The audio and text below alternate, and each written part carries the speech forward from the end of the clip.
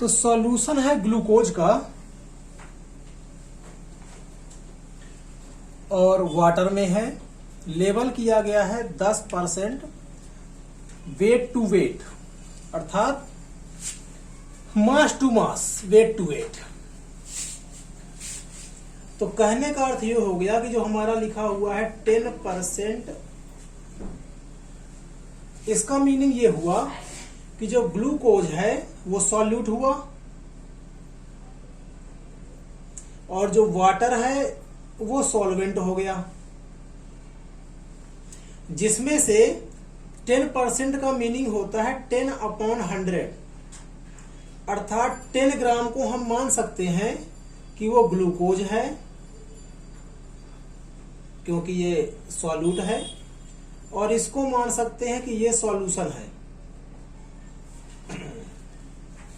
तो 10 ग्राम इसको हमने एज्यूम कर लिया है क्योंकि 10% है, तो परसेंट वाली चीजों को हम एज्यूम ही करते हैं कि लेट 10 ग्राम जो है वो ग्लूकोज है और 100 ग्राम सॉल्यूशन है।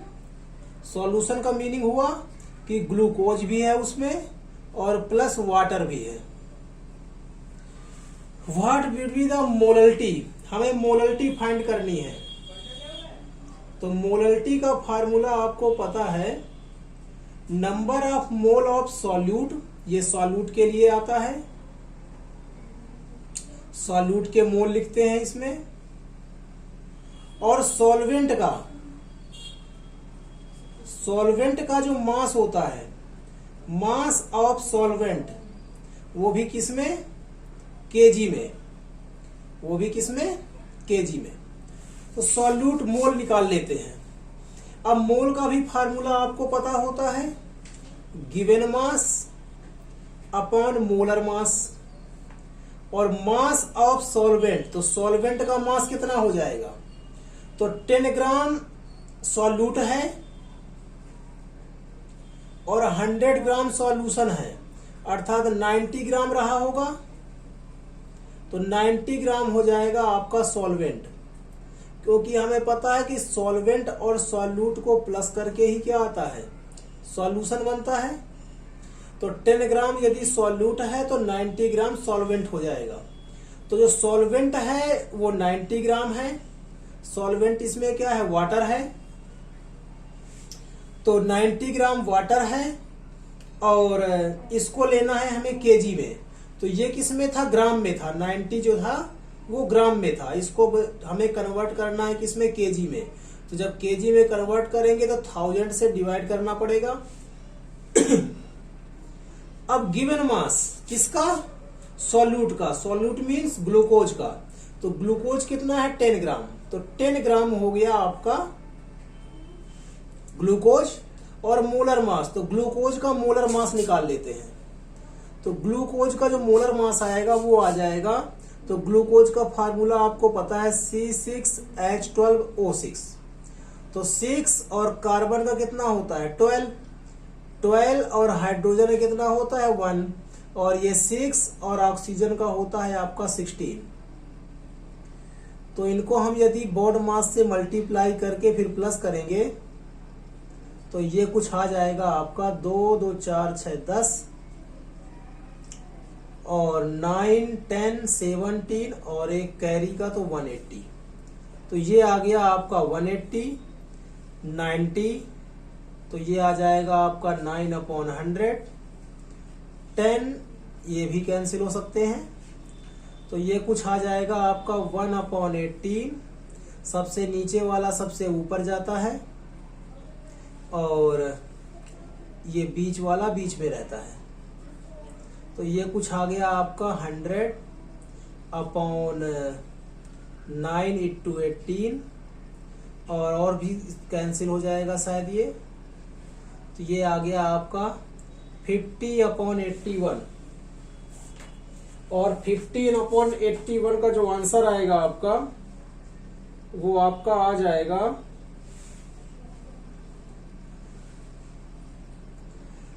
0.6166।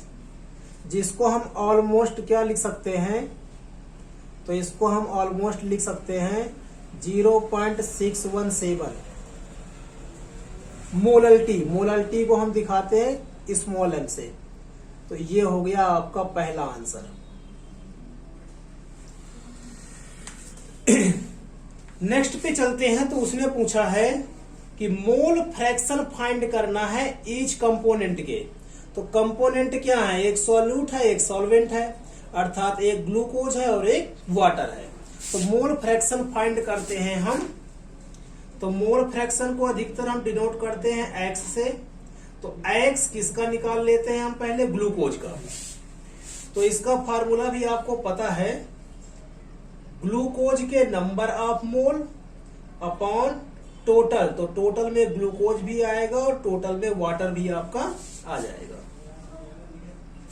तो ग्लूकोज के हमने फाइंड कर लिए हैं। ग्लूकोज का आपका आया है नंबर ऑफ मोल, ये ग्लूकोज का ही हमने फाइंड किया था, तो आ गया था 1/18। तो ये भी ग्लूकोज का ही है, तो ये भी 1/18 ही होगा। और अब निकाल लेते हैं हम वाटर के। तो वाटर है कितना इसमें, तो देख सकते हो वाटर कितना है, 90 ग्राम है। तो गिवन मास 90 ग्राम हो गया और मोलर मास, तो वाटर का तो आपको पता ही है मोलर मास 2H का कितना 1, ऑक्सीजन का 16, 2 1 जा 2 कितना आ गया 18 होता है इसका। तो यहां पर हम सीधे ही क्या लिख देंगे 18। सॉल्व करेंगे इसको तो आ जाएगा 1/18 और 18 5 जा। इसको आगे सॉल्व करेंगे तो आ जाएगा आपका 1/18, 1 का 1, 18 5 जा 90, 18 से 18 कैंसिल, तो आ जाएगा 1/91। अब 1/91 की जो वैल्यू आएगी आपकी वो कुछ आ जाएगी आपकी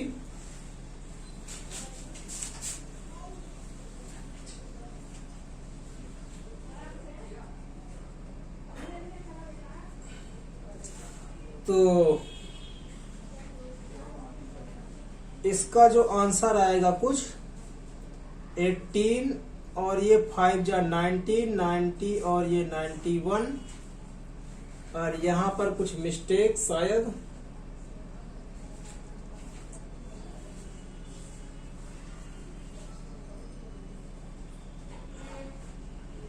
18 5 जा, ठीक है। तो इसकी वैल्यू जो आएगी कुछ 0.01 के समथिंग आएगी। नेक्स्ट आते हैं हम मोल फ्रैक्शन ऑफ वाटर के। तो जो मोल फ्रैक्शन ऑफ वाटर होगा आपका वो कितना होगा, तो एक तो ये है कि हमें पता है कि 1 से यदि इसको हम माइनस कर दें तो भी आंसर आ सकता है हमारा। तो यदि 1 से माइनस करेंगे तो आपका आंसर आ जाएगा 0.99। इससे भी आप mole fraction of water find कर सकते हो।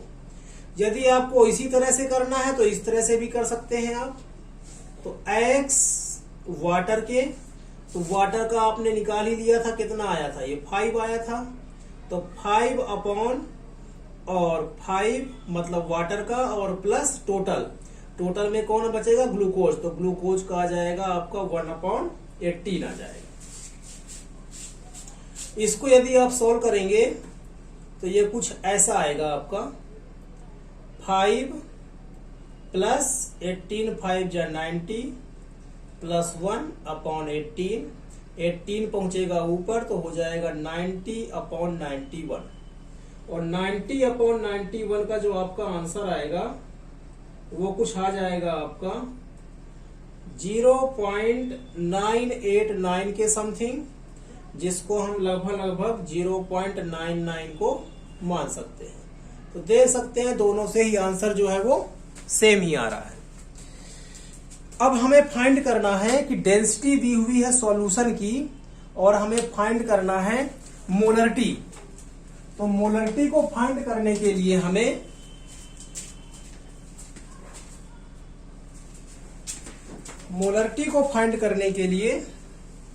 इसको हम यहां पर इरेज कर लेते हैं।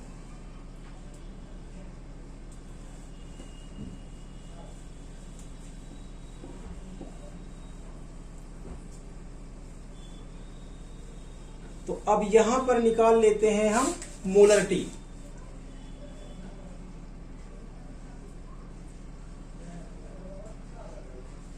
तो मोलरिटी का भी आपको फार्मूला पता है, नंबर ऑफ मोल किसके, सॉल्यूट के, जिसमें सॉल्यूट क्या है, ग्लूकोज, और वॉल्यूम ऑफ सॉल्यूशन, वॉल्यूम किसका, सॉल्यूशन का, वो भी किसमें, लीटर में।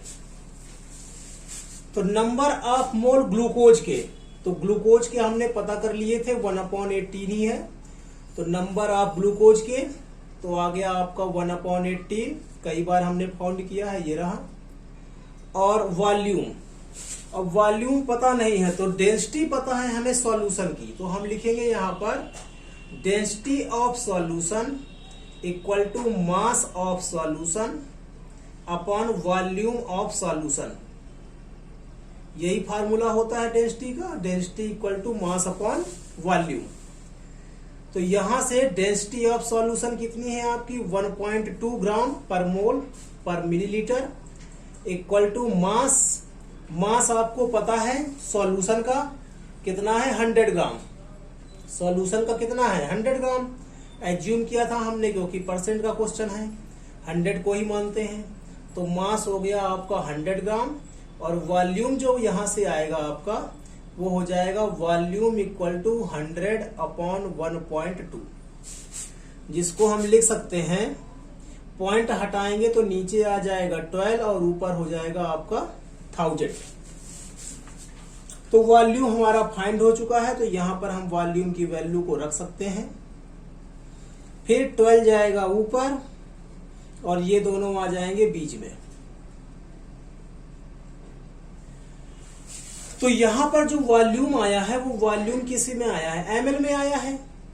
ये किस में आया है, एमएल में।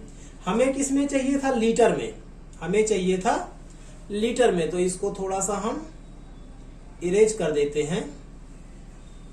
तो ये एमएल आ गया। अब हमें पता है कि लीटर में लाने के लिए हमें 1000 से करना पड़ेगा डिवाइड। तो 1000 से हम डिवाइड करेंगे तो किस में आ जाएगा, लीटर में। तो 1000 से 1000 कैंसिल, कितना आ जाएगा, 1/12 लीटर। अब हम इस वैल्यू को पुट कर देते हैं। तो मोल कितना आया था आपका, 1/18 आया था, और लीटर कितना आ गया, 1/12।